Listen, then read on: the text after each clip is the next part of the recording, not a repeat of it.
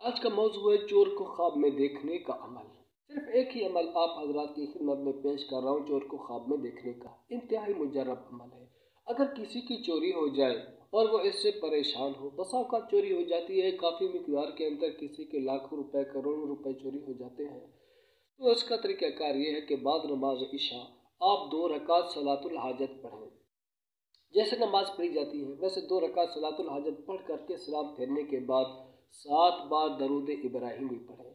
پھر اس کے بعد آپ 7 بار سورۃ المزمل پڑھیں۔ پھر اس کے بعد 11 بار آپ نے سورۃ الضحیٰ کو پڑھنا ہے۔